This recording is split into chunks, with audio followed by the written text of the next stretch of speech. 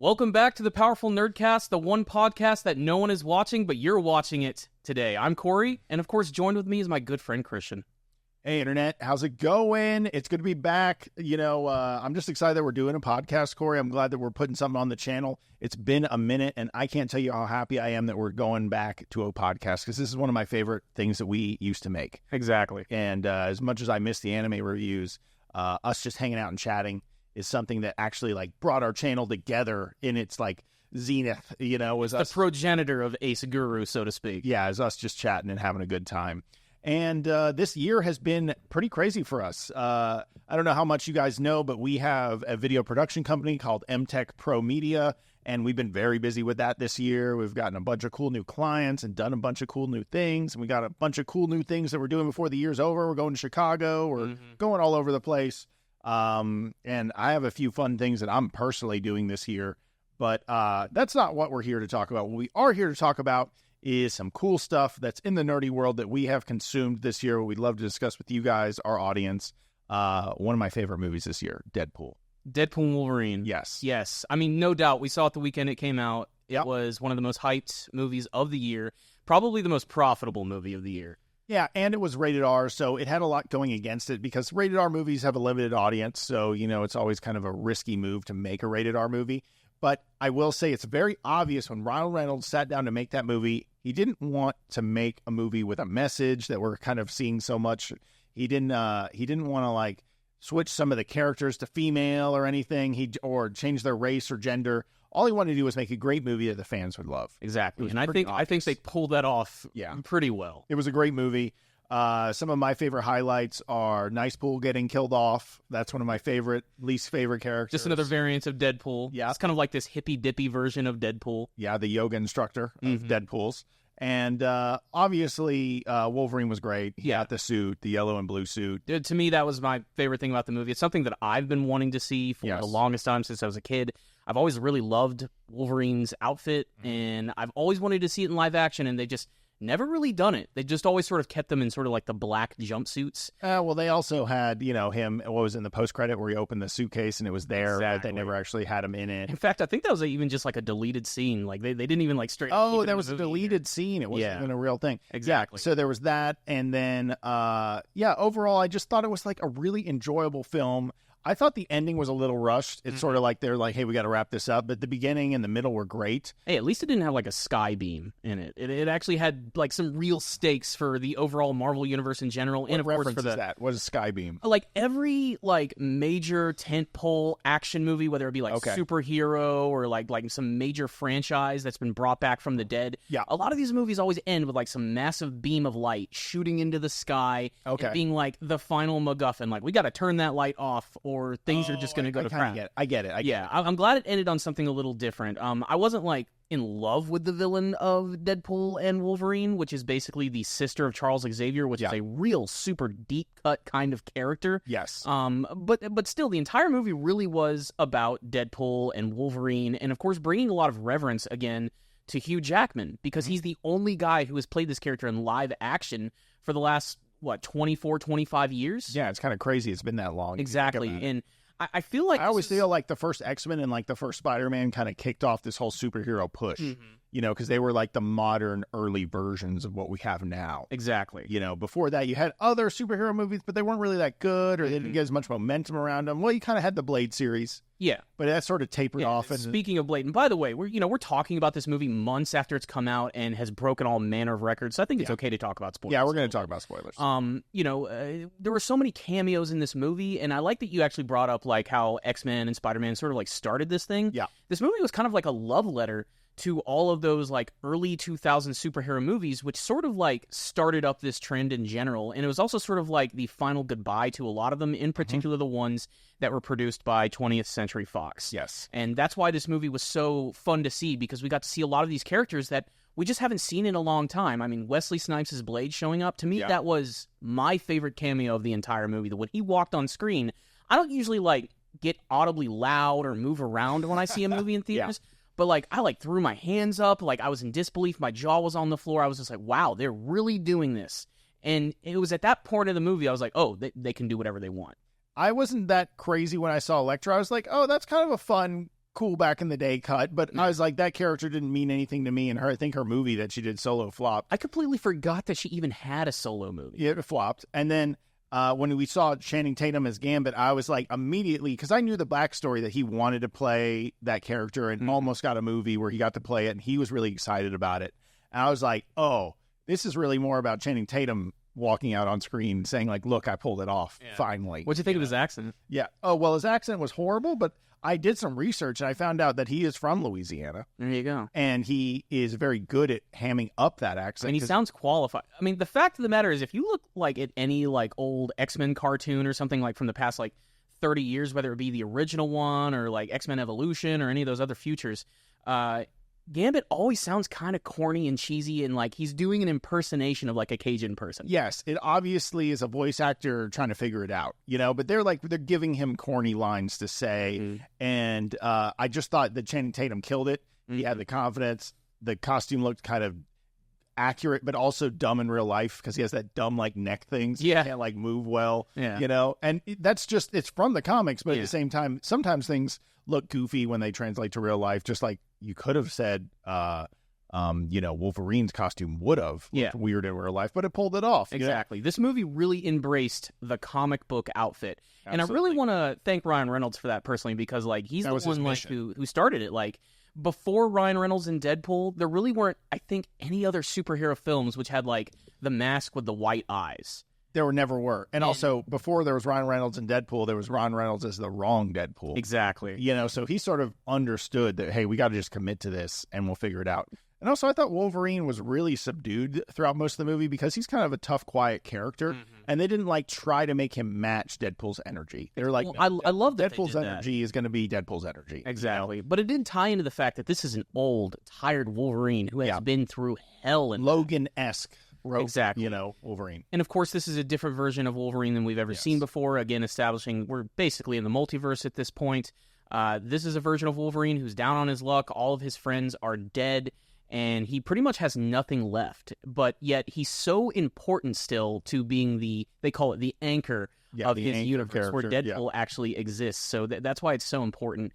And can I talk about the suit again? Yeah, of course. God, man.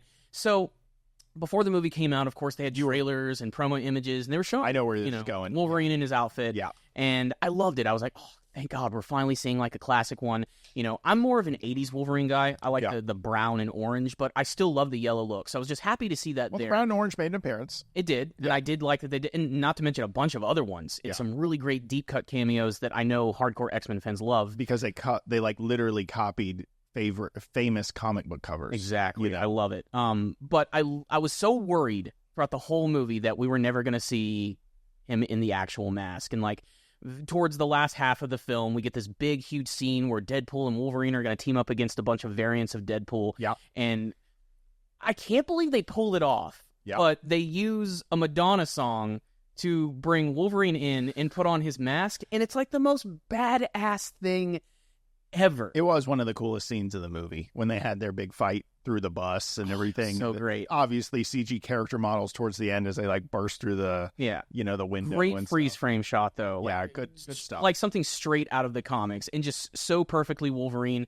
It was just great to finally see that. It's something I've wanted to see for a long time. Of course, in perfect Deadpool fashion, they bring that up. It only took 24 years to bring this out. Yeah. I really love that they addressed that and they had fun with it. And that's the best thing about Deadpool and Wolverine for me, is that it was just fun. It was the first time I've been to a superhero movie in years where I was just having a blast watching it the entire time.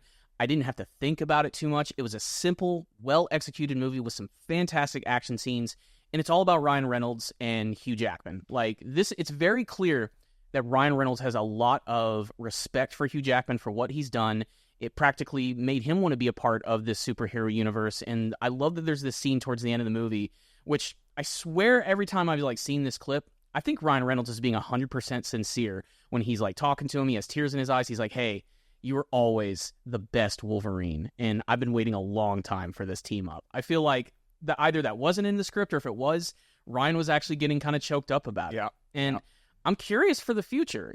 Obviously we know that Deadpool is almost 100% going to return for some sort of big movie. They've already announced I the others. Going to let some other Marvel things happen first, so he has something to kind of explore within. Yeah, because they made it very clear that Deadpool doesn't get to go on the same level as Iron Man, Thor, and Captain America. They made very clear that that's not where he's going to start mixing. It's always he's like a C-tier guy, and that's okay. Yeah, because he's kind of a joke exploration of the Marvel universe.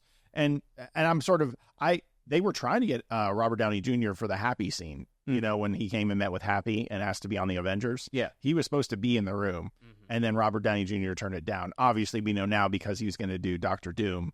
Yeah. They didn't want the same week he Yeah. announced Doctor Doom for him to be Iron Man. And by the way, we'll talk about that in just a little bit. Yeah. Because that actually is a good segue. Like, I really love this movie. I had a lot of fun with it. It's got a lot of memorable moments. I know a movie is good when after I see it a week later, I'm still thinking about it. Yep. And I did that for a couple weeks with Deadpool and Wolverine. It really had a great effect on me, and it was just a great fun time. But we all know that the Marvel Universe, the MCU, just three little letters. Three little letters. We do know that the Marvel movies have been kind of on a downhill slump. And they've been borderline terrible. They have been. And I mean, ever since the oversaturation of TV shows. Ever since, I don't know exactly, guys. Everyone has their moment. They were kind of over Marvel in the recent years, but I'll say it was kind of like when the new Black Panther came out. It didn't do anything for me, and even though the first one was so good, it had such a big movement behind it. I remember everything from the Black community loving that they had representation, and it didn't feel forced. It was just a great movie based out of. Still say they should have just recasted T'Challa. Well, it was a scary move, and I get why it was scary, because the guy just died, and they didn't want to, we know this guy just died of cancer. We don't want to, sweep his memory under the rug, so instead... His memory will always exist in that movie. I wanted more of that character. I get it, and I think they made a mistake, because I still think his sister was the skinniest, little non-threatening human being. I just didn't feel like she... Shuri did nothing for me. She was supposed to be a scientist. She's supposed to be... To be honest, that whole movie didn't really do much for me. There are definitely parts of it that look good, but... She was supposed to be, the new Wakanda version of Tony Stark for me. That makes cool tech, and then other people who are bigger and more badass heroes go use it. Yeah. And when she filled in the role, it didn't work at all. And then the shows got bad. Yeah, the shows got bad. And by the way, Secret Wars sucked. Secret Wars was terrible. I didn't even watch Secret Wars. I saw clips. Yeah. Maybe I'm not qualified. Maybe I shouldn't say it's bad because I haven't watched it. Oh, it sucked. Okay. It sucked. I'll take your word for it. Of course, we also had She-Hulk, which... huge hit with the audience. Well, we know the problem is they tried to do a social commentary, and to be fair, She-Hulk breaks the fourth wall like Deadpool, so she was the right vehicle to touch on social commentary, but they used it too much, and they made it weird. They made it. They also went a little too hard with the whole girl boss kind of thing, and by tearing down the original Hulk, Mark Ruffalo's character, basically trying to make her a better version of Hulk. I didn't really care for any of that. No, and then there was also the end of whenever the guy became the new Captain America. What's that show called? I'm blanking on. Falcon and Winter Soldier. Which actually I didn't great mind. First part, and then right towards the end it got preachy. Well, yeah, it got super preachy. He literally is sitting there talking to a senator we can do better, and I'm like, no. Now that being said, I really like Anthony Mackie. I like the team up between him and Winter Soldier. And I like him as Captain America. In fact, I'm excited for Captain America: Brave New World. That looks like a tone of Marvel movie that's getting me excited. But to be fair, I think the best Marvel movies are the Captain America films. Yeah, it seems more grounded. Seems more like a spy thriller. Seems more like Winter Soldier-esque. And also just a tad more serious. I like humor in movies. I do think Marvel movies need to tone it back. For something like Deadpool, it's okay because it's ingrained into the character, and even for She-Hulk, it's a part of the character. Yeah, that breaking the fourth wall. But, for Captain America, those movies, have always had an air of seriousness about them. Of course, silly comic book stuff happens in them, but this one just seems like it's carrying a little bit more of that Winter Soldier feel, which I really, really loved. And Winter Soldier still holds up. Go watch that movie anytime. It's great. I think it's great. I don't think it's a masterpiece, but it's one of the best Marvel films in my opinion. And that's what Brave New World looks like. I mean, also, I'm a cheap date. Harrison Ford as Red Hulk looks awesome. Yeah. Juan Carlo Esposito is pretty much awesome in whatever he's in. He pretty much can't mess up. Exactly. So they kind of cast him as the same person over and over again. A calm, cool, collected badass. He plays villains so well. Yeah. I mean, it's just kind of his thing. But I don't want to say the Marvel films are dead. There is hope. I loved Deadpool and Wolverine. I'm excited for Brave New World, and I can't wait to see what's going to happen in the future. But I'm also apprehensive, like you said, right after this movie came out, they made a big announcement about the future of the MCU. Robert Downey Jr. is going to be Doctor Doom. Could not care less. I'd say I'm mixed feelings / I could care less, because Robert Downey Jr. is a damn good actor. He's good at playing it up. I think he could pull this off. I think he could make the Fantastic Four cool, which, by the way, I think is a huge lift. Because I think they're corny, old-school heroes that don't really make sense in a modern look. And it didn't work. It didn't work the first time they tried it. Was it Fox that did it? Yeah. But now they own it. It doesn't. Now Marvel owns it. Yeah. It didn't work, in my opinion. Johnny Storm was corny. Mr. Fantastic was boring. Well, they made up for it. They killed him in Deadpool and Wolverine. They knew what they were doing. The only cool part was the Invisible Girl, because her powers kind of make more sense, and that chick was super hot. So Jessica Alba? I was cool with it. That was her in her heyday. Yeah. And but the thing, she was like stupid hot. Yeah, she was confusing. You looked at her and you're like, sorry, man, but she was hot. And the other thing is, the Thing is boring to me. He looks like a discounted Hulk. Like, I don't really care about the Thing.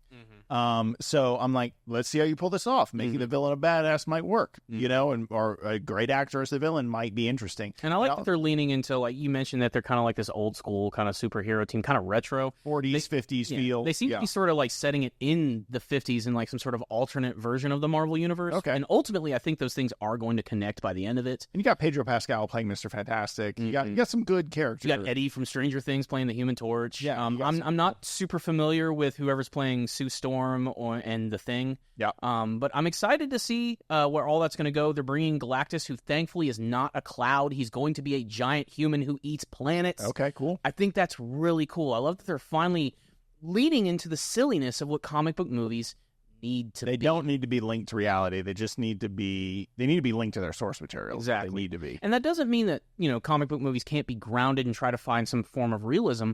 Like, Batman movies. I love that they, at least try to make them more of a detective noir thing. But for something like Marvel films where they just get, like, really cosmic and crazy, I love that they're leaning into all of that stuff. That is what I really love.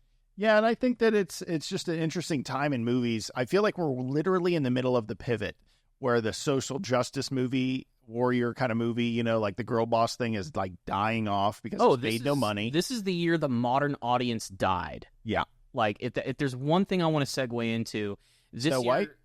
Snow White's going to die a horrible death in the box office. Here's the thing. People have been shitting on Snow White ever since they announced it. 1.2 million downvotes on that trailer to 81,000 up. Well, Rachel Zegler didn't really do a lot. Oh, no, she buried that movie. She didn't give any goodwill towards this movie at all. And has literally booked no roles since then.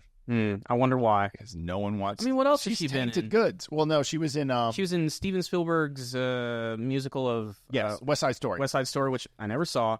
I've seen West Side Story, but not that one. Not that version of it, but I can't really recall her from anything else. But, she comes out and she just immediately starts attacking everybody and basically crapping on the old film, which is... saying that the prince was stalking Snow White, and they didn't do that in this movie. And I went back and I sort of glanced at Snow White, and I realized, really, it's just a story of true love's kiss. Yeah. And maybe they didn't get a great build-up to that relationship. It's almost like it's a fairy tale, and we shouldn't take it so seriously. Fairy tale. It's not supposed to be an example of a real relationship. Exactly. It's like when a princess kisses a frog and there's a prince there. It's a fairy tale. It's not that they went on a bunch of dates and realized they were compatible. I mean, Rachel Zegler just came out, like, on the promotion for this film. She dropped her drawers and took a huge crap all over Disney's legacy because that movie is basically the house that built Disney. It was the first animated movie. It had a premiere that had everyone at it back in the day. I think even, like, Hugh Hefner was there. Wait, was he... No. Hugh Hefner? Not Hugh Hefner. What I'm saying is, though, and what I mean by that, I'm sorry, I might have misspoke there. What I mean is every famous movie star back then went to that premiere. Oh, yeah. Because it wasn't that it was a cool kids movie. It was that it was a animated movie. It was an event. Yes. It was like a moment where Disney became Hollywood. Yes. And you know what I'm saying? And like for her to say, oh, it's bad. It came out. Evidently so, that movie is so dated, I'm like, man, why'd you have to say all that stupid stuff? I know. Now no one wants to see the movie. And also, Disney needs to stop doing live-action remakes. Oh, they're not, though. I mean, we still got Mufasa coming out at the end of this year. That's not going well either. No one wants to see that. Nobody cares. They're trying to make Scar a way more sympathetic character in that. I just really wish they would go back and focus on their animated films because they have had massive successes this year. I mean, outside of Deadpool and Wolverine, Inside Out 2 came out and made like $1 billion. I've never seen those. Obviously, they're for kids. Yeah, they're for kids, but honestly, an adult can watch them and enjoy them. Yeah, like they're good and they're well-made movies. Clever. Is it Pixar? Yes. Yeah, it's good. Pixar is good at doing clever writing that's fun for the parents of the kids while the kids watch it. Exactly. They try to make a quality movie first, not just like talk down to their audience and just, hey, here's some flashy noises and colors. Yep. So Disney has had some big successes. But Pixar's also dropped the ball. What was that one where there's the chick that was fire and then her boyfriend was water? Elemental. That failed, I heard. So, like, they've dropped the ball a few times. But then before that, they had the one where the guy was a jazz musician, and then he went and passed away, and his spirit went. Soul. It was actually a good movie. That's what I'm saying. They can. Pixar is like hit, miss, hit, miss, hit, miss. Yeah. But like Disney itself has been very miss over the last few years with their TV shows and everything else. So I think that they're starting to get some hits, and at the end of the day, you can say Disney wants to be social, I'm just going to keep using the term, social justice warrior, agent of change for our society. But at the end of the day, I'm going to be real honest, they just care about making money. Pretty much. Because they're a giant corporation. Oh, they definitely care about making money. You want to know why they care about making money? That's the reason you're not getting a season 2 of The Acolyte. Ooh. I'm not going to talk about this much because I have absolutely nothing to add to this because everybody's been talking about it to death. But again, it goes back to the death of the modern audience, or did the modern audience even exist at all? I think it was just they're just trying to tell us it was. Yeah. You can't take action movies that are meant for, in my opinion, young men, and then pretend if you shove women into them, and then now women will come to the movie. No, it's just the men that were going to come just don't come. Exactly. That's what happens. I mean, if they expected that, then The Marvels should have been the most successful movie of all time. But guess what? It was another MCU stink bomb. It failed miraculously. The Marvels, that was the... You don't even remember it, exactly. No, I don't. It was the one that brought back Brie Larson's character, and she teamed them up with the characters from the TV shows. Oh, yeah, they brought... but the one girl... Which, by the way, when you have to give me homework to watch a movie, I'm not a big fan of that. I was thinking of The Incredibles when you said The Marvels. Yeah? Yeah, I was like, that was actually The Incredibles, the best Fantastic Four movie. Yeah, that never officially existed in a Fantastic Four sense. Yeah. No, that was cool. Those were great movies, and the sequel was pretty good, even though it didn't get as much hype as the first one, The Incredibles 2. It was really good. But yeah, so I'm kind of I don't mean it in a vengeful way. I want to be very clear as I don't know. I'm just going to say as a white male, like I don't want to seem like I'm happy that people that haven't had representation that their movies failed. That's not it. It's that there's obvious methods to making a great superhero movie. And gender swapping and changing everyone to a girl just isn't going to work. No. I also heard that Henry Cavill, he left The Witcher because he didn't like where they were going with it, and he looked great as the main guy. He was Geralt, just some gravelly G name, and he left because he hated that the writers decided not to use the source material, and that's why he got back to Henry Cavill. And then he left to go do Superman, and then they bailed on him being Superman. And he's like, okay, I know what I'm going to do. I'm going to go become a producer and an actor in a new Warhammer 40K series. And I'm going to make sure they... So is this going to be Warhammer, like fantasy, or Warhammer 40K with Space Marines? Space Marines. He's actually making... They're making that. And on top of that, he's going to be one of the Ultramarines in the cool things, and he'll pull it off. But he almost left the project because they immediately said, we need to make female Space Marines. And he's like, that's not that world. Are there not female Space Marines? No. There are female commanders of troops, and there are in leadership, but they're not in the suits. Okay. My knowledge, like I said, of Space Marines. Also, mine's light too. But I heard through the rumor mill, he almost left that. He's like, no, we're not turning this into some weird thing where you can rewrite the lore to get some girls in it, you know? He's like, I'm sorry, it's a dude thing, and it is a great dude thing, and leave it that way. And I'm sure some guys will bring their girlfriends to the movie, but it's not. What the hell is this? Yeah, what the hell is this? But anyway, I don't really have a great conclusion to this. I'm not trying to say I'm saying anything new. I know many people have said these things, but Disney lost a lot of money.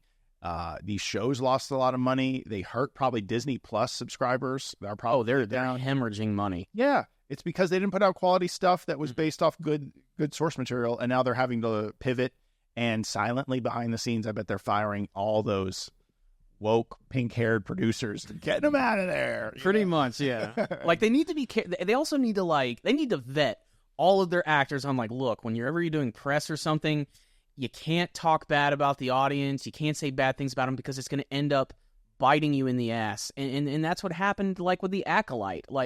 I'm one of those people who's going to say that The Acolyte actually, to me, was not that bad. I think that the acting wasn't great, the story was kind of poor. You didn't care that there were space witches that had this force. No, that would bothered me. There have been space witches in Star Wars for the longest time. It's not a huge deal. And when we go back in the past, things are going to change. You're going to get new perspectives.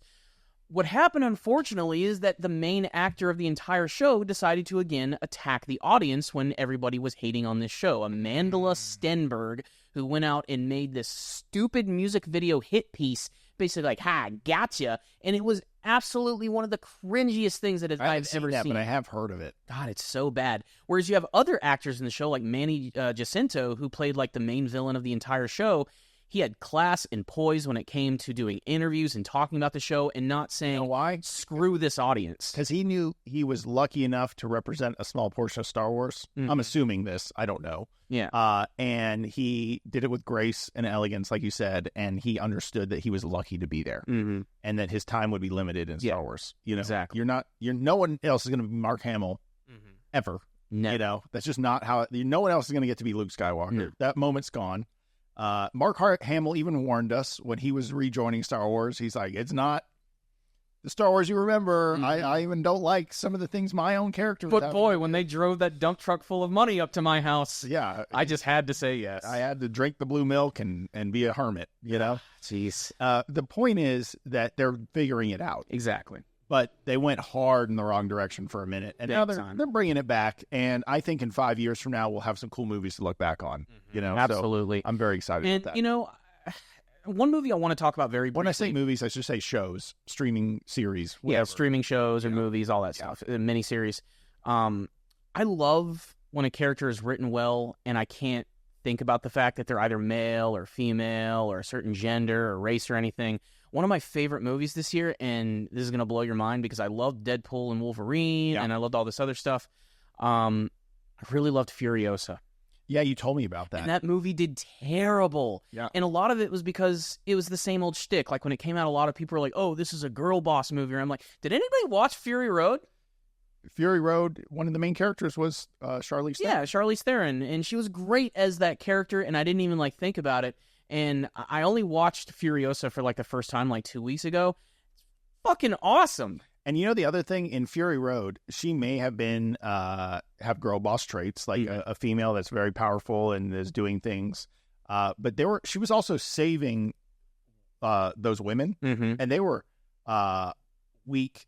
I'm not saying weak like they weren't good characters. What I'm saying is they had traditional female, they weren't going to be able to fight someone off. No. And the point is that she was strong and they were traditional females, and it sort of had this fun dynamic. It's almost like people have nuance and can be different from one another. Not everybody has to be everybody has to be Captain Marvel, you know what I mean? Yeah. And that's what I loved about Furiosa. It's a funny thing too, because the movie is called Furiosa, but she's almost like a background character in the entire movie. Chris Hemsworth, who plays the main villain of the film Dementis, steals the freaking show. Yeah. He is such a fun character to watch, especially because he is a shitty villain.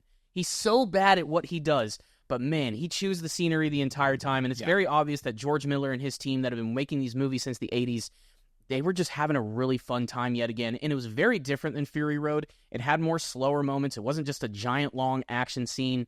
But I loved the dynamic of that film. I also really love movies when you have a villain going up against another villain. You had Dementis, who was played by Chris Hemsworth, this really shitty marauder. And, of course, he goes up against a Morton Joe from, Fury Road in that movie. Yep. And there's this a younger version. Giant opposing forces. And just watching them clash throughout the whole movie was just so much fun to see. Yeah, because Furiosa was more like a viewer of the world happening around her versus I'm a girl boss changing everything and leading the change of the world. You know, of course she had her moments, but at the same time, I feel like it was more like, hey, there's just a really good developed world. Now let's follow a character within it, you know, which is just a better way to make a movie. Yeah. And that movie tanked, and I really wish it didn't because I didn't see it when it came out in theaters because one, I was just too busy. But I finally got around to one. I was like, I feel like I'm down to like 2 to 3 movies a year. Like I don't go to see movies very much. No. I think this year alone, I've seen 3 movies in theaters. I've only seen 2. And I know we saw Deadpool and Wolverine. Yeah. What was the other one you saw? I'd have to go back and think, but I feel like I have seen one other movie in a theater this year. I mean, I saw Godzilla and Kong. I saw the other Godzilla. We saw -1, but that was actually last year. Ah, shit, that might be the other movie I'm thinking of. But I saw Godzilla, exactly. It's not like when we were younger where we were going to the theater practically every week sometimes. Also, matinee price used to be $5. Yeah. Let's not get into inflation and whatnot, but you know, like movies are expensive to go to. It's definitely a little more expensive now. And also the industry's like having to go through a lot of change because we're in the video production world. And I know many people that work on the higher end movie side of things. We're more like the corporate video side, but like they can't find work. No. And, or they're taking movie productions to cheaper countries. Like they're doing a lot of, you know, movie production in Canada, Mexico, Europe, you know, and it used to be Atlanta where we live was like the shit. Yeah. Where they made everything. Now it's starting to slow down a bit. Here. Yeah. It's not even great here in Atlanta. So it's sort of, the industry is having to change into these series and, you know, other things. They're not like making big tentpole movies. And they're trying to say, hey, we need to make movies with like $100 million budgets, no more. Like, or less. No more $500 million or $250 million budgets, you know, because I mean, it's been said ad nauseum. One of the most remarkable things about Godzilla -1, the Japanese film, is that it cost $15 million to make. Yeah. And it looks incredible. Well, who would have thought you just get really talented people and some really great actors that just happen not to be super known. And maybe they are known in Japan. I just don't know of them because they're, you know, they're Japanese actors.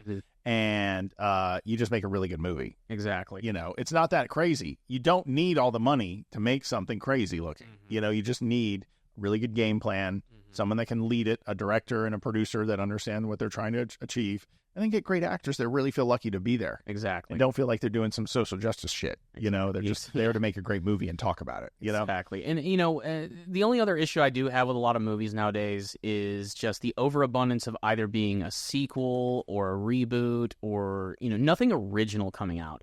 Despite that, I have enjoyed all these legacy sequels and movies. Like, I loved the Godzilla Kong movie. It was just a dumb, fun popcorn movie. Furiosa blew me away. Deadpool and Wolverine was, of course, a massive legacy sequel. And then we have the most recent film that I just saw, which just came out, Beetlejuice. Oh, yeah, you did go see. Which was really good. Yeah. I really enjoyed it. Not as good as the original, but still, it was just Tim Burton unhinged and unleashed doing what he wants, and it was a tremendous amount of fun. It didn't have any weird messaging in it, and it still had like a 90% female cast. Again, you won't notice because you like the characters so much. And that is something that I just think is so crucial when you can't notice any of those little minute, stupid details. Yeah, they could have put Jenna Ortega in the new Beetlejuice and make her a girl boss that takes on Beetlejuice. And you know what I'm saying? Instead, I don't know actually the story at all. It could be part of it. Honestly, explaining the movie is too tough. Okay, good. We could do a whole podcast about it, and I'm not doing it today. The point is, they could have done that. Yeah. Because they're like, we got Jenna Ortega. She's going to go toe-to-toe with Beetlejuice and show him how a woman does it or something like that. But they didn't do that, you know, because also Tim Burton was in charge of that movie, like the last one. And we was like, his storytelling isn't like that. Yeah. He just takes... It seems Tim Burton's storytelling is kind of... He always picks some grounded character to, like, interact with his crazy world. Like, did he do Big Fish? I think he did Big Fish. Big Fish is very much that like was one with the Obi-Wan, right? Obi-Wan, yeah. Hello there. Yeah. But he was a pretty normal guy, just in this weird fantasy world, you know, going through it. And I always loved Big Fish. That was like a great movie. Don't know why I went down that road. But the point is that his storytelling is very interesting, and he has such fun, weird, gothic worlds. He like takes you down, you know. So I do enjoy his movies, and I highly recommend if you liked the original Beetlejuice to check out this movie. It's already very successful, so it's probably going to be in theaters for at least another month and a half is my guess, especially because it's the perfect movie for Halloween, and we're basically about to enter Halloween season. Yep. So it's a great Get those pumpkin spice lattes ready, bitches. Exactly. The movie itself even takes place on Halloween as well. So have you ever had a pumpkin spice latte from Starbucks? I don't really drink latte. Okay. I don't either, but they're good. Yeah, I don't drink coffee. I went there the other day, and like with my wife, and I said, "Hey, do you want to get one of these pumpkin spice lattes?" And of course, the white girl in her was like, "Hell yeah, let's do it!" She's just like the chick from the Meat Canyon. Yeah, video. she's like the chick from the Meat Canyon video, and I was like, "I'll get one too." And then I drank it, and it was fucking fantastic. And I was like, I get why people like these. And then I looked at it, and it has almost 500 calories. And I was like, hell no, I'm not drinking another one of those. I mean, who'd imagine that things taste good when you basically shove a pumpkin pie in them? Yeah. Like, I mean, that's And what pumpkin sugar. spice is. If it was straight up just pumpkin flavor, you'd be like, ugh, this is disgusting. Yeah. But it's all those other things that make like it good. And I mean, I like pumpkin spice stuff. Yeah. I mean, my fat ass loves pumpkin donuts. I think they're delicious. I can't have them anymore, but they're delicious. Yeah. And I love pumpkin pie and all that other stuff. So, Speaking of your fat ass. what about it? No, You have good things to say about it? No, not really. But what I do want to, not in a physical sense, That's a shame. you and I have been consistently working out together for almost 2 years. Yeah. And Corey, I don't know how much weight you've lost.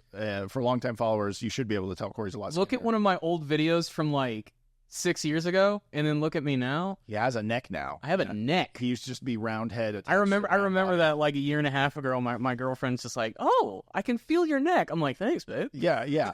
But I think the other thing that's important to say about it is, as someone, like, I used to be almost 200 pounds. Like, literally, I remember when I was on my scale and it said 199. I was like, oh no, I can't be 200 pounds. Mm-hmm. And then you decided to really change your life by, you had a health scare, and now you're like, hey, I got to lose weight. Yeah. I'm gonna get better at this. And I was like, okay, cool. We'll just work out together after work or something. And then, like, legitimately, it has taken me almost 2 years to lose 20 pounds in a healthy way. And I probably could have done it better if I was more on top of eating better. But literally, I'm like 180 now, and I feel better than ever. I look good. I don't like hate myself in the mirror. And I'm like 2 or 3 years away from 40. So I'm like, okay, good. I can hold this. I understand how to work out now. I'm not just running. I'm lifting weights again. I understand how to not eat more than 2,000 calories in a day. And I don't count my calories, but I'm pretty good at looking at my food. And I'm not saying guess, but what I'm saying is I don't like sit and look at the back of my food and add everything up on paper. But I've sort of figured out like 5 or 6 meals I can eat that keep me under 2,000 calories. And I'm very good at doing that. And it legitimately, as soon as you take control of your calorie intake, I don't even care what you eat. I'll just say that. And I'm not a dietitian, so don't actually take this as advice. But if you watch your calories, you will lose weight. Yeah. Even if you don't work out. I mean, watch your calories, and of course, just try to reduce processed foods and sugars. Yeah, you gotta like. That's the main thing. Obviously, you should really. It's obvious what's healthy. Yeah. Donuts. We know what an indulgence is: donuts, fried chicken, hamburgers, Fast food, pizza, French fries. Yeah. Like processed foods are bad, and those are treats. You have them every once in a while. You should not be eating them every day or really even every week. And the other thing is, though, the problem is, and I hate to be that guy that says this stuff that's been said 1,000 times, America makes the bad food the easiest to get. Oh, it's a food desert everywhere. Everywhere. So we're surrounded by nothing but fast food. It's so yummy. Yeah. I mean, eating at Zaxby's, I don't even like McDonald's, I'll be honest, but eating at like Wendy's or eating at Culver's or In-N-Out or any of those places is yummy. But man, there is something great about getting up, being down a few pounds, being able to move well. Like, being healthy is not an obvious payoff, but it is so obvious once you weren't healthy for a while. Exactly. It is just once so you start clear. eating cleaner too, every once in a while you'll have that indulgence meal, and it's going to be 10 times better. Because that's what it's supposed to be. It's supposed to be an indulgence. It's not something you're supposed to enjoy all the time. I allow myself like every month and a half to 2 months to have like a really good cheat meal, not a cheat day, a cheat meal. And I, choose between breakfast, lunch, or dinner. Usually I go for dinner because that's where I like to just go all out. And every single time I have that meal, it is like a sexual experience. Woo! Like it's so great. I know. I've been with you a few times. We've gone to Korean barbecue and eaten way too much. But at the same time, even Korean barbecue, besides the sauce on the meat, you're just eating a bunch of protein. Yeah. And you can order veggies and you can order all types of things that will supplement it. And the other thing I really love to do is just eat a bunch of protein. Like, it is like my number one move. Oh, if I'm hungry, I'm just going to eat a lot of chicken. Exactly. Even if I go over on my calories, it's not going to penalize me like if I eat a pile of French fries or ice cream. Like, I'm like really Or I know I've disciplined myself like, hey, if I eat a bad lunch, that means I really shouldn't eat much for dinner.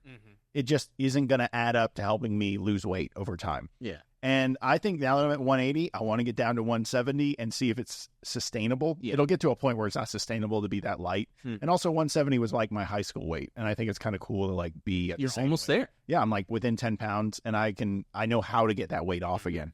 And if you at all are trying to be healthier, you don't need to do crazy workouts. You don't. You just need to work out 20 to 30 minutes a day, 5 days a week, if possible, 3 minimum, and eat good. Yeah. And try to just intentionally change your... Be consistent. Consistency also is like non-negotiable. You can't just go on a hard 5-mile run and then not work out the rest of the week. If you truly want to be healthy, you need to treat working out not as an end goal, like, oh, I'm going to get to this weight and then I'm done.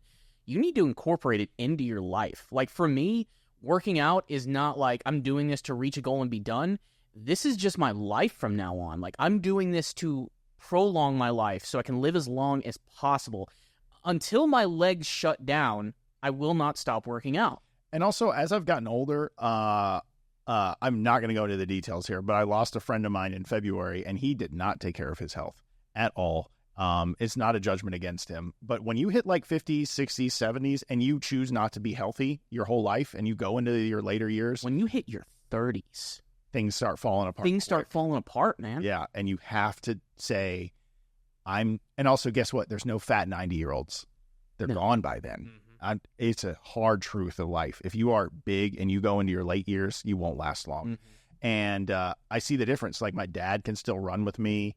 I see people that take exercise and not in a performance athletic way, but they take exercise as a lifestyle choice very seriously. I will not hate my later years. I will not be the old man in the wheelchair. And also, I have a huge, like, I'll be honest, I have a huge fear of, like, my body not working right. Like, you know, some people are like, I have a fear of drowning. I have a fear of, like, my arm getting broken or my leg getting broken and I can't walk or move right for the rest of my life. Like, that's my fear. So it helps me battle some of my own insecurities, like, by working out and being healthy and knowing I'm doing something about it. So I know we went down a tangent, but guys, you can take care of your health. You don't have to be like Joe Rogan, who's like, 65 with a 6-pack and ripped. You know, that's not what you're trying to do. You're just trying to like take it to unless you're a hobbyist and that's kind of your hobby. Yeah, fitness is your hobby. I get that. Fitness can be a hobby and it can be a good one. Just don't let it, like all hobbies, don't let it take over your life. Yeah. But yeah, I mean, that's always the advice I give to younger people now too. I'm like, hey, what's the most important thing to focus on? Your health. Yeah, I see focus on your health, take care of yourself, eat good, and work out. Yeah, like I see young people just like pounding donuts for lunch, and I'm like, I know. What are you doing? What you're going to hurt yourself later on. Yeah, you're giving yourself bad habits. You're one more donut away from the beatus, man. It's not good, and you don't want that. Trust me. You don't want it. No, you don't want it. Yeah. And we got preachy there for a minute, but let's bring it back to something it's fun. Okay. We were just channeling that Anthony Mackie Captain America winter Falcon. Oh God, yeah, we can do better. Yeah. The main thing is you only get one body, you only get one life, so take care of it, but at the same time have fun. Like do something that you enjoy, but also. I really like riding motorcycles. Like that's something I got into in my 30s. And you literally can't ride a motorcycle and be extremely out of shape. No, it's actually pretty taxing. It's very taxing, and it's you're raising your danger level by not being physically capable of doing it. Also you got to just be in shape. It's like anything. Like let's say I'm just going to make up a scenario. You get cancer randomly, not even your fault. It's just like genetic happen, And if you're out of shape and you go through chemo, you're in a real bad spot. And if you're in shape, like I've seen people that have broken their necks, but they were really in good shape, so they bounced back from like some major injuries. But man, if you're out of shape and you can barely move well when you're healthy, and then you find yourself in a bad spot, the recovery is nigh impossible because you're not recovering from the injury. You're also then trying to change your lifestyle. Yeah, and that's so put down the fork, put it down, go get a gym membership, or better yet, go to your local park. Start running, get in shape, and join a group. That's the other thing. You don't have to be alone and work out. Yeah, that's alone actually sucks. That's you waiting to be inspired. No, sign up for a running group and say, hey, we meet every Thursday morning or every Saturday morning, and you go there. And guess what? You might also meet some really cool people that are dedicated, interested in stuff that are outside your normal social circles. You might meet imagine if you were looking for a mate and you went to a running group, you're finding people that are dedicated to something, that get up early for it. You're finding a whole bunch of honestly good human beings there. You know, obviously, who knows what their morals are, but the point is they're dedicated to their shit. One of them could be like a serial killer for all we know. But with abs. But hey, they're going to be a really in-shape serial killer. Yeah, no one's getting away from that. And you could be like that too. What? Anyway, the point is, do group stuff. Yeah. You don't have to do yoga, do ultimate frisbee league, a volleyball league. Find some people that like exercise, and it sort of gamifies it a little bit. Mm-hmm. And I mean, me and you, my wife signed up for Peloton, and we use the app to just find workout videos. Exactly. And we don't even come up with our workouts. We don't look at them up. We just turn on a video and say we're doing this video for 30 minutes, and that's what we do. And it's changed my life, man. Yeah. Literally. And I didn't know how out of shape I was like 2 or 3 years ago until now. And I highly recommend being in shape. If you have a choice, do that. Yeah. I wanted to talk about One Piece. And its current standing. I think we need to get back to really what built our channel in the first place, anime and manga. Yay. And haven't really made any videos or anything for a while, but I've still been keeping up with a little bit of anime. There's some that I just don't straight watch anymore. But I don't want to say that I'm completely jaded on the concept of anime anymore. It's just, there's just so much of it, and it's hard to keep up with it. Not to mention, I'm watching a lot of other movies and shows and reading books. But there have definitely been some shows that I've been absolutely obsessed with this year. I think my two favorite shows that I've enjoyed this year was Kaiju number 8, which is a really cool action show. They just had their very first season. It's based on a manga. And then this other thing that I'm completely obsessed with now, I even bought the light novel. I've never bought light novels in my life until I saw this anime.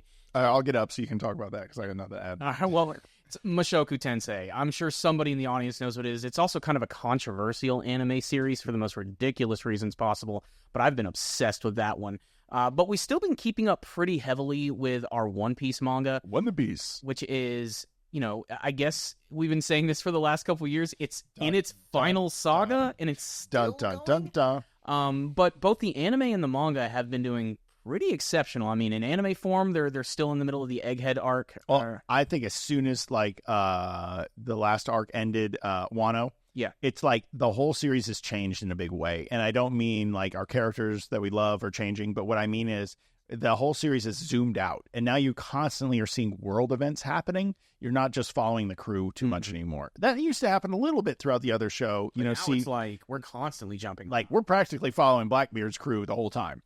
We're following what the world government's doing in Marijois the whole time, Shanks is finally... Shanks is like another main character now, because they can't hide him anymore. They need to use him. Exactly. And the Gorosei are finally appearing and doing things. Yeah. Imu-sama is a very normal... By the way, did you hear Imu's voice? No. In the anime? No. He spoke for the very first time in the anime, apparently. This week, yeah. I didn't see it. And they're still keeping it intentionally vague, because some people are debating, is he male? Is he female? Yeah. But the voice in the actual anime is like super distorted and kind of young sounding. Oh, well, it's definitely in my theory about Emu is it was a kid that was sick with some disease and then got the eternal youth surgery, like from Law's Fruit from some other user, and now is frozen as a child, but is not obviously as matured as an adult, but in a child's body of some kind. Yeah. There's some sort of backstory there. He kind of sounds like the Anti-Spiral. Oh, gosh. Yeah, from Gurren Lagann. Well, maybe with a little more female sounding, even. It could be that. It's young. There's who knows what Emu is. That'll be revealed in time. Yeah. But the point is that the series it's zooming out because Oda obviously wants to play with the world as narrative devices much more now. Oh, absolutely. So it's just a great series. I couldn't tell you how much every chapter I enjoy it. I like that they don't focus on the Straw Hats too much right now. And the good thing about Oda is he can balance a lot of characters. I never could tell a story with that many human beings running around at the same time. And I mean, there's never just one character on screen in One Piece anymore. There's always going to be the main characters, the side characters, the bystander characters that are there basically just to spout exposition and feel what we're feeling in those moments. That represent the series audience. is jam-packed with characters, and I'm really glad to see where this is all going to go. I wasn't feeling it for a while. I got really burnt out after Wano. You did. Because Wano went on for so long, and I just felt like, I was like, I think I might just wait. And I went on like a 8-month sabbatical of like even reading One Piece, and then I jumped back on, and I really started enjoying it again. And then I did the same thing again. But I'm excited to see where it's going now because we're finally going to Elbath, the big land of the giants, which is something that has been hyped up literally since like the beginning of the entire series. Yes. And I really hope it lives up to the hype because it has big expectations behind it. And I don't know how it's ultimately going to tie into the finale of the series because, you know, it's been the same joke for years. One Piece is going to end in the next 4 to 5 years. Well, that was said like 3 years ago. There's no way it's all going to end here in Elbath. No. And Egghead Island, like they weren't there as long as Wano. That might be one of the shortest arcs of the post time skip. The most repercussions, but the shortest arc. Exactly. You know? Oh, massive repercussions for the series and some huge revelations about the world itself. Which is ultimately what made that arc really interesting. That, and of course, I think the anime version is just, man, they're killing it with all the really awesome fights. I think that, and the standard of the animation has just changed. It is blown up. By the way, Toei Animation, where was that during Dragon Ball Super? Yeah. No, they didn't want to spend the money to do that. Jeez. They said, nah, Man. we're good. They said, all we got to do is throw a Kamehameha in there, and you motherfuckers are going to watch anyway. You know you're going to love it anyway. You're going to buy all this crap and merchandise. Oh, they know. And it worked. It did. It did. They made so much money off of merch on that show. People are still begging for it to come back. And instead, we're getting Dragon Ball Daima, which comes out in about a month. And I'm gonna. Why don't you speak to the Toriyama thing? Because that's where Dragon Ball finds itself in a weird place. But to wrap up One Piece, we're still watching it. We enjoy it. I can't say we'll never make content about it, but I don't want to do week to week chapter reviews. It's just too much. And there's so many other people out there who are, to be perfectly honest, more qualified. They do great talking about it. They do great, and the visual nature of their reviews is so great. Like I can't believe. Well, everyone starts somewhere. We used to just talk in front of a webcam, and it was great, and we got a ton of views.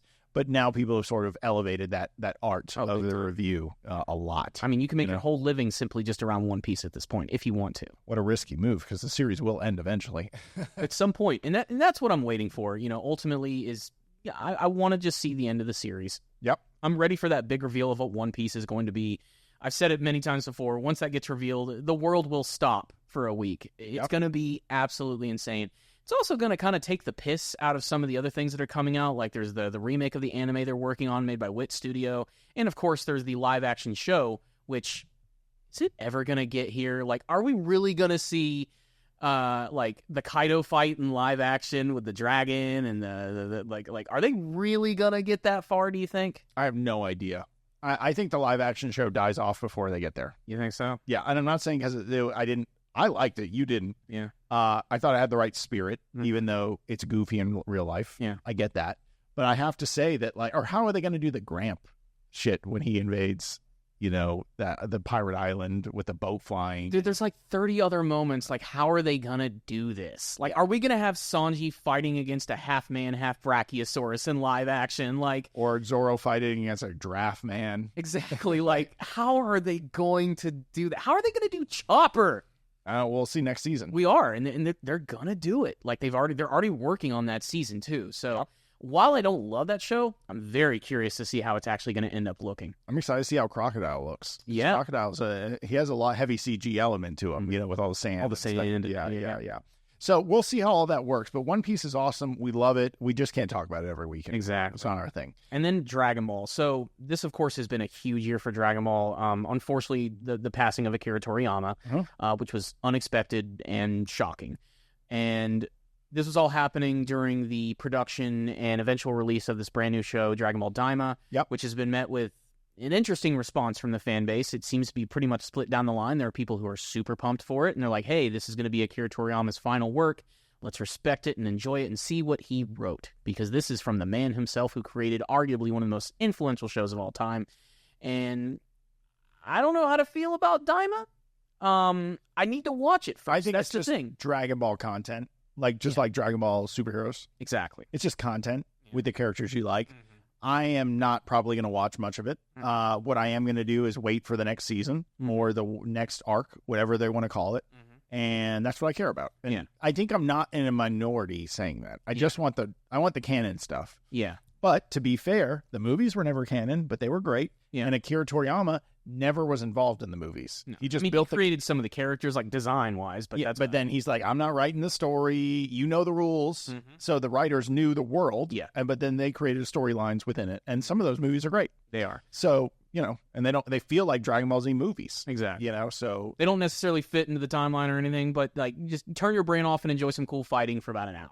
Exactly. And then of course the last couple of movies have been canon, like Frieza and Superhero and Broly and all that stuff. Yeah. But this Daima thing is interesting because I'm still not quite clear where it takes place in the timeline, if it even fits into the timeline. If it's it's going to happen between. I think it's going to happen before Beerus is introduced. So this is going to be like right before after Boo. So like right after Boo, there's going to be this weird little adventure they went on before. Yeah, and that seems like it makes sense. Yeah. And I'd kind of prefer it that way. That way it can kind of just like fit into that very small. And they're not children with god powers. They're just people. They're just Saiyans with Super Saiyan powers. And that's the main gimmick of the show, is that everybody's been transformed into a child, and by the end of course they're gonna all go back to normal. I don't know what sort of villain is actually pulling this off and making them all children or anything. Of course, people are getting, mental flashbacks of Dragon Ball GT, and whether you like that or not is really up to you. But you don't. You just don't. But like I said, I'm going to reserve my judgment until I actually watch it. There are things about it that look good. I think some of the animated moments do look great. But it's not quite what I wanted from Dragon Ball. I mostly just wanted a straight continuation of Super. Like, I wanted to see the Moro arc in the anime. I wanted to see the Granola arc. And after the passing of Toriyama, his apprentice who's been working with it for years, he's taking it on, and he's already basically said the final arc of the series is going to be like the Black Frieza saga, which, I'm totally down for that. Should be, because the best arc was the Frieza Namek arc. Exactly. And Frieza is the Dragon Ball villain. Like, he's the best villain of the series.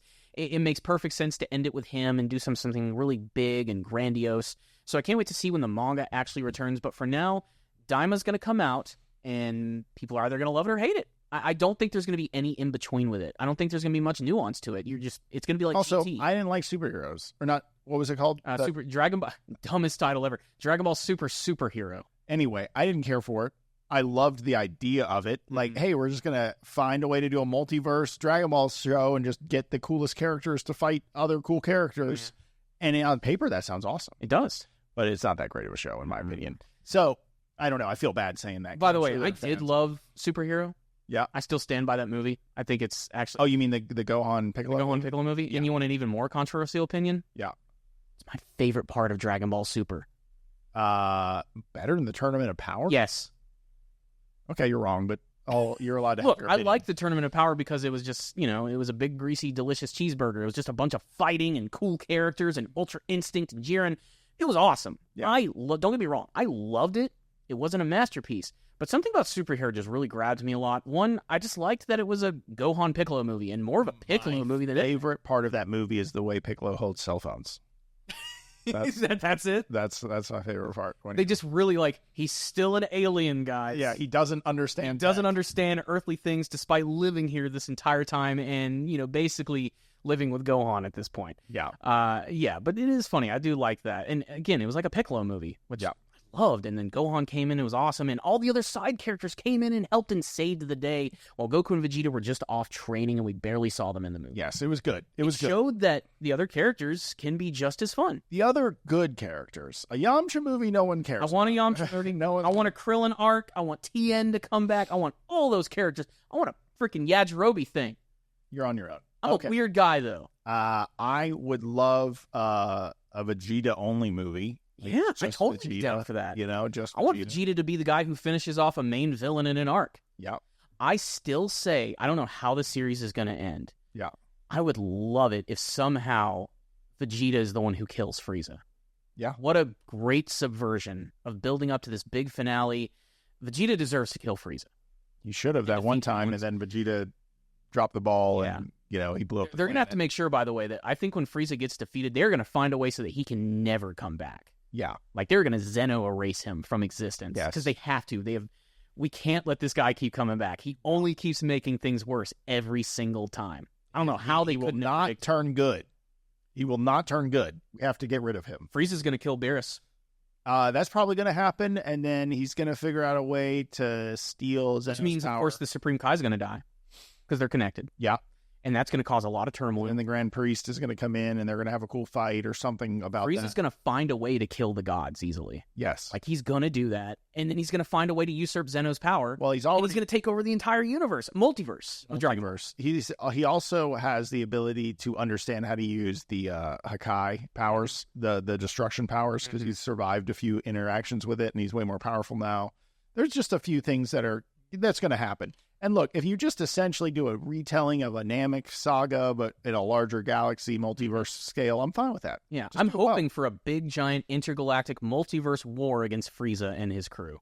Like that, I hope there's going to be like the next generation Ginyu Force that pops up. They need to go all freaking out on this final. Yes, they do. And I am excited for it, whatever it's going to be. And it's probably going to be an excruciating waiting for it. But I'm really hyped for it. And I think then you let the main series stop. And then if you want to do the little fun side series like the Daimos and the superheroes, go for it. But let the main series be done. And let Toriyama rest and know that his thing is kind of done. And I wish I could get this hyped about Boruto again. Dude, Boruto's fucking trash. I'm not really liking Boruto right now. I haven't liked it, honestly, much at all for like a couple years. The last moment I even remember that is when Naruto fought the android chick. Yeah. That's like the only thing I think about when I think of Boruto, because it was kind of a cool fight. But I mean, he did have that cool final fight against when Kurama died. Like that was cool in the anime. It was cool in the anime, but it's kind of like been there, done that. Well, no, been there, done that. But what it really is to me is them trying to hurry up and kill off all the old characters to get the new ones in. Yeah, and I don't like any of the new characters. No one cares about the kids, you know? I don't care too much about the new villains, which are basically like the Ten Tails, which has been split up, and they've taken on like sentience, and they have the ability to take on... I still have a theory about Boruto. I've said it before. Who's the writer of that series again? It is Kishimoto. Kishimoto tried to do that Space Samurai show, failed, and then dumped all the ideas into Boruto because everyone's all tech and Space Samurai looking. Yeah, they're getting a little crazier with it. And I just sort of like, man, that guy just could... He wanted a way to make the new series different in his failed series, so he took all the ideas and dumped it into this. The one phrase I will give for Boruto right now is that I think the actual character of Boruto right now, as it is in the story, is the best he's ever been. I would know, because I've given up long ago. It's a shame, too, because Naruto's basically the thing that built our channel. Yeah. That's where it all really started. And Naruto Pain was like where we started, you know. And at this point, I'm kind of just in it to finish it. Like, I just read it to be like, all right, what's going on? I'm not dragging that dead horse across the finish line. Well, go for it. I'm definitely doing that. I'm like, here it is every month. Let's see what's going to disappoint me this month, But I'm still mostly just to know what's going on in the series. But I swear, all I watch now is YouTube videos. And once in a while, and I play video games. And that's like all I consume now, dude. It's just like YouTube content, which is usually pretty short form stuff. And I don't mean shorts. I mean like, oh, here's a video essay that's 10 minutes long. Here's some fitness channel I like. Some YouTube drama channel I kind of like Sunny V2 or Moon. These are like kind of like YouTube and social commentary channels. And I like those channels, and they're good storytellers. And then I like Alex Hormozy, and I like, because he's like a business guy. And then I like some video producer channels that make great videos that show you how to shoot in different ways and stuff like that. So, I mean, like YouTube to me is like my fun, like educational university type thing and entertainment thing. But man, I just don't consume much anime anymore besides One Piece. Like I said, there's a few shows that I casually watch, but for the most part, I don't watch as much as I used to. There are certain shows that I'm always looking forward to when they come out, but if it doesn't have Gundam in the name, I tend not to care as much. And there are some new Gundam things that have been coming out, which I have been enjoying. Yep. There are some in the future that I am looking forward to. Dragon Ball Daima, of course, I'm excited about. Kaiju number 8, that other show I mentioned, I actually really ended up enjoying. And there were a few other shows that I did casually watch, but I don't watch them every week. I'll be like, I'll wait until half of the season is available, and then I'll power watch through them real quick. Yeah, I'm not dedicated every week to where I'm like, I must see this new episode. And it also hurts too because there's also just so many movies and TV shows, and of course, I game a lot too. Yeah, video gaming is still something fun I do. I like small independent games. I've been playing Dave the Diver. I've been playing. I don't think it's a small independent game now because we got a movie with Jack Black in it, which is Minecraft. But I still love Minecraft. I'm not even going to talk about I do not play Roblox.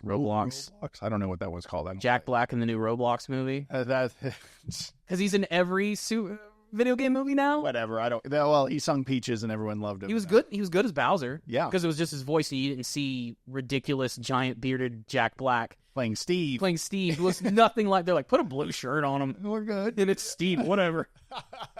Make Jason Momoa look like a gay He-Man character. Like it's that's it. That's all I'm talking about. All Minecraft. I'm saying is Minecraft. I don't care about the lore. I don't care about the other aspects of Minecraft. I just like running around playing Minecraft. Like I don't care about the social and the YouTube channels about Minecraft. None of that's interesting to me. God. Anyway. Here's the thing. I'm happy we're making this podcast because we have over 100 episodes of this podcast alone, the Powerful Nerdcast, and I think that that's cool as fuck because a lot of people never get past like 4 or 5 episodes of any podcast, and if they try to make one, I think literally they say 90% of podcasts ends before episode 5. Yeah. So we have done over 100 episodes of this. We've done thousands of YouTube videos. And if this video only gets 50 views, I hope you enjoy it. Please leave a comment, though, guys. Honestly, we love the interaction. It's fun to see people enjoy our content, even if we have a smaller audience than big YouTubers. And to be honest, most people that have huge YouTube channels, obviously they're hardworking and they put in the work, but it's borderline luck at a certain point. Or you just get a viral event that puts you in front of a lot of people. And we've accepted that we are not going to be famous. And the few times we have been recognized in real life have been borderline weird. Not that it was their fault, but I don't want to be famous. Oh, that was never my goal with this channel. This was an outlet for me. Yeah. I only had so many friends who were kind of into these certain things, and this was an excuse for me to talk with people and chat with people online, and a lot of you have done that, and I've had relationships with a lot of you that have been really fun over the years. And, you know, I'm not saying this because, like, you know, the channel's been on a lull or anything, but it's still an important thing to me, and I, of course, we are going to keep this alive, even if it isn't an every week thing. Of course. We'll always have this. And of course, I'm going to talk about Dragon Ball Daima when it comes out. Whether that's weekly basis, whether it's the whole season, I'm definitely going to give my thoughts on it. Maybe like first episode, then maybe a season recap when it wraps or something. Precisely. You know. Of course, if a Gundam comes out, I'm going to talk about it because I love Gundam. I could talk about it for days. And I love robot shows. I love doing that on a weekly basis. I don't know what it is about Gundam, but it's still the one anime series. Even, you know, Dragon Ball and all that other stuff that I grew up with.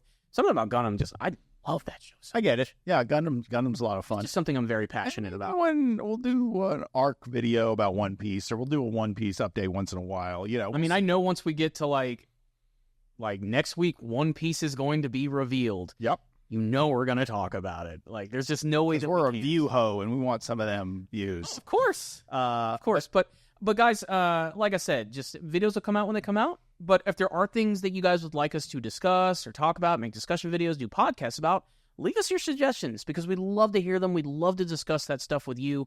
And then that's it, man. Thanks for watching, everyone. And until next time, peace.